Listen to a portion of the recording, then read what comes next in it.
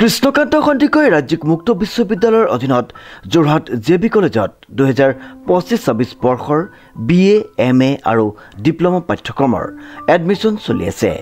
এডমিশ্যনৰ last date 31 July 2025। নামভৰ্তিৰ বাবে যোগাযোগৰ নম্বৰটো হৈছে 9954692884 অথবা 9706357140 জেবি কলেজ যোৰহাট। নমস্কাৰ, আপোনালোকে চাবলৈ আৰম্ভ কৰিছে নিউজ নাও আৰু মই অনুপম বৰা। কথা দি কথা ৰাখিলে বিশিষ্ট সমাজকৰ্মী পৰাণজ্যোতি শইকীয়াই।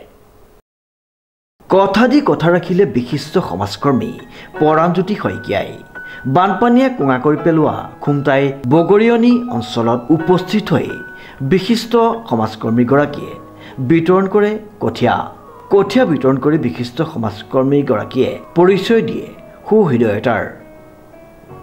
এইটো খুমটাই মৌজাৰ কঁঠালগুৰি ব্লকৰ বগৰীয়ানী গাঁও। এই অঞ্চলটো বানে প্লাবিত কৰি পেলাইছিলে আৰু সকলো খেতিপথাৰ পানীত ডুব গৈছিলে আৰু কঠীয়া বা খেতিবিলাক নষ্ট হৈ গৈছিল। এতিয়া যিহেতু খেতিৰ ভৰপূৰ হৈ আছে, এতিয়া যদি কঠীয়া পাৰি খেতি কৰিবলৈ যায় তো বহুত পলম হ'ব। সেইকাৰণে আমি যি অঞ্চলত কঠীয়াবিলাক বাচিছে সেই কঠীয়াবিলাক আনি ইয়াত আমি বানাক্ৰান্তসকলক কঠীয়া যোগান ধৰাৰ ব্যৱস্থা কৰিছোঁ।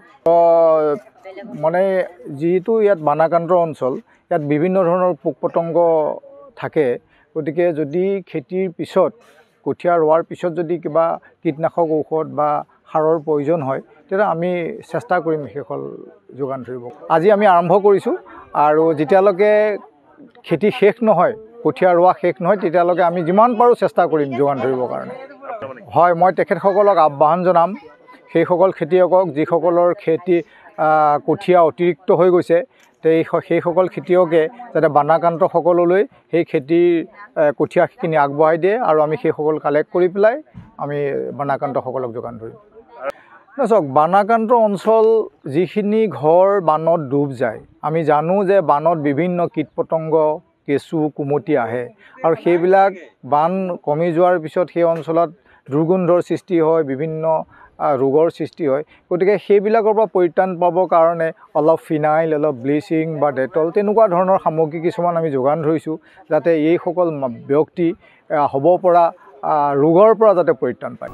উল্লেখযোগ্য যে বিশিষ্ট সমাজকৰ্মী পৰাণজ্যোতি শইকীয়াই এনেদৰে বিভিন্ন সময়ত বিভিন্নজন ব্যক্তিৰ কাষত গৈ সহায়ৰ হাত আগবঢ়াই আহিছে। আমি কঠীয়া পোৱাৰ কাৰণে বহুত ভাল পাইছোঁ। আপোনালোক আহিলে সহায় কৰিছে আমাক আৰু এতিয়া পানী শুকাইছে বাৰু, এতিয়া কঠীয়াখিনি পাইছোঁ ৰুম আৰু, নহ'লে আমাৰ বহুত দিগদাৰ হ'লহেঁতেন। আপোনালোকে সহায় কৰিছে, আমি ভাল পাইছোঁ।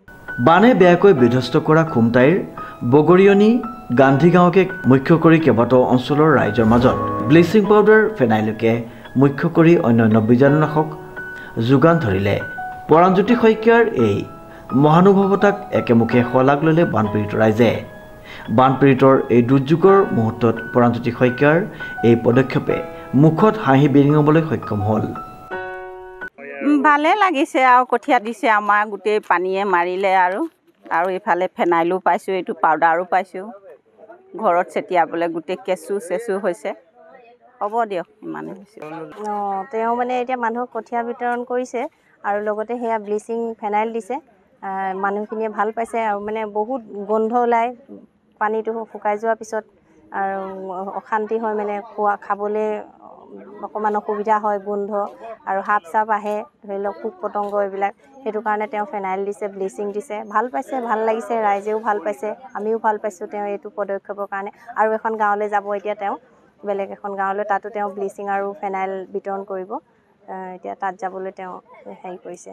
পৰাগ ডাঙৰীয়া শইকীয়ালৈ বহুত বহুত ধন্যবাদ জনাইছোঁ। আমাক আজি কঠীয়া বিতৰণ কৰিলেই, তাৰ উপৰি আমাৰ যিসকল মানে পানী এতিয়াও আমাৰ ঘৰৰ কাষে কাষে লাগি আছে, তাৰ উপৰি আমাৰ এই ফেনাইল আৰু ব্লিচিং পাউডাৰসমূহ আমাক আগবঢ়াইছে। তেখেতক আমি বহুত বহুত ধন্যবাদ জনাইছোঁ। আৰু অনাগত দিনতো যাতে এনেধৰণৰ যিবিলাক আমাৰ দুৰ্যোগ বুলিয়ে ক'ম, ঠিক তেনেধৰণৰ এনেকুৱা পদক্ষেপসমূহ লয় যাতে।